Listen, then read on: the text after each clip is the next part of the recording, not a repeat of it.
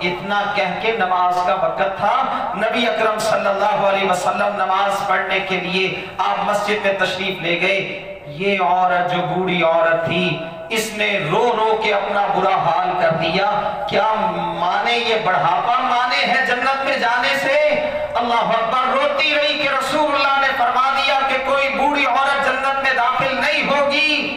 حضرت عائشہ کے پاس جب آپ دوبارہ آئے، حضرت عائشہ نے بتایا اللہ کے نبی، وہ عورت جس کو آپ نے کہا کوئی بوڑھا جنت میں داخل نہیں ہوگا، اس نے تو رو رو کے اپنا برا حال کر لیا ہے۔ آپ نے فرمایا جاؤ اس کو جا کے بتاؤ جو بھی بوڑھا جائے گا جنت میں جوان ہو کے ہی داخل ہوگا۔ اللہ کی جنت میں جو بھی بوڑھا جائے گا جوانی کی حالت میں جائے گا۔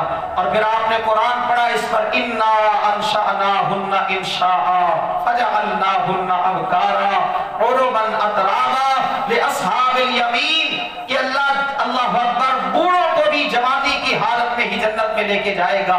تو یہ انداز تھا محمد مصطفیٰ صلی اللہ علیہ وسلم کا۔ ایک صحابی تھے آپ کے، وہ آتے جو ہے نا وہ گاؤں وغیرہ سے، تو جو بھی سامان تجارت لے کے آتے رسول اللہ صلی اللہ علیہ وسلم کے لیے علیحدہ سے ایک تحفہ لے کے آتے، آپ کے پاس آ کے دیتے۔ آپ کو اس صحابی کے ساتھ بڑی محبت تھی کہ میرا یہ صحابی گاؤں سے آتا ہے اور خصوصی میرے لیے تحائف لے کے آتا ہے۔ بہرحال آپ ایک دفعہ بازار میں گئے، اس کو دیکھا وہ اپنا تجارت کا سامان فروخت کر رہا تھا۔ نبی اکرم صلی اللہ علیہ وسلم پیچھے سے گئے اور آپ نے جا کے یوں اس کی آنکھوں پہ ہاتھ رکھے پیچھے سے، اور پھر فرمایا اس غلام کو مجھ سے کون خریدے گا؟ یہ غلام برائے فروخت، اس وقت تو انسانوں کی خرید و فروخت ہوتی تھی، آپ نے فرمایا اس غلام کو مجھ سے کون خریدے گا؟ پہلے تو اس نے آواز نہ پہچانی، جب آپ نے دوبارہ آواز لگائی یہ غلام برائے فروخت ہے، اس کو کون مجھ سے خریدے گا؟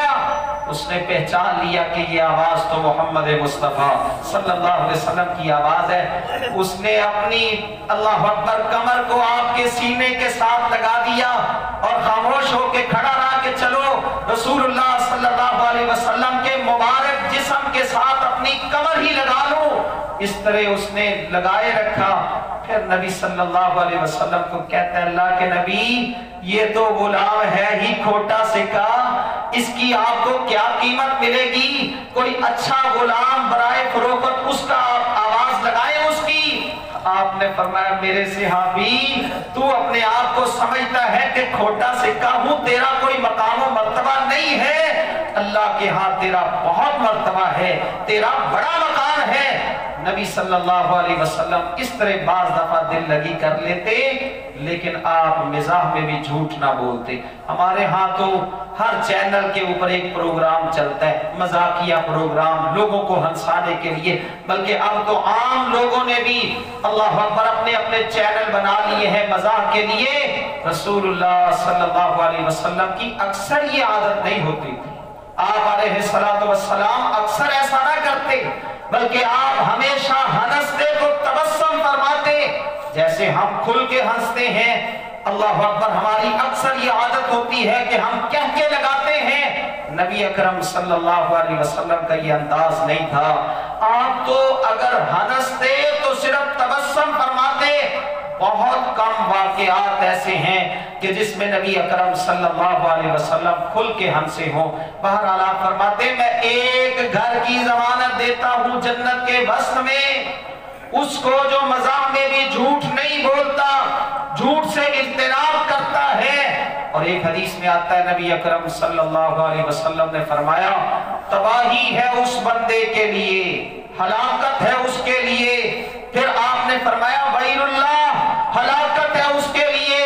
3 دفعہ آپ نے یہ بات فرمائی، کس کے لیے؟ جو لوگوں کو ہنسانے کے لیے جھوٹ بولتا ہے، لوگوں کو ہنسانے کے، لوگ اس پہ ہنسیں گے، اللہ اکبر، لوگوں کو خوش کرنے کے لیے جھوٹ بولتا ہے۔ آپ نے فرمایا اس کے لیے ویل ہے، اس کے لیے ہلاکت ہے، اس کے لیے تباہی اور بربادی ہے۔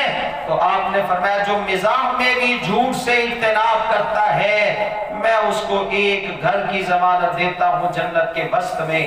اور اگلا آپ نے فرمایا بابی بیت فی اعلی الجنہ، جنت کا اعلیٰ درجہ، جنت کا اعلیٰ مقام، اللہ اکبر، جنت فردوس، آپ نے فرمایا اس میں میں ایک گھر کی ضمانت دیتا ہوں. یا رسول اللہ کس کے لیے یہ ضمانت، کس کے لیے ہے؟ فرمایا لمن حسن خلقہ، جو اپنے اخلاق کو اچھا بنا لیتا ہے.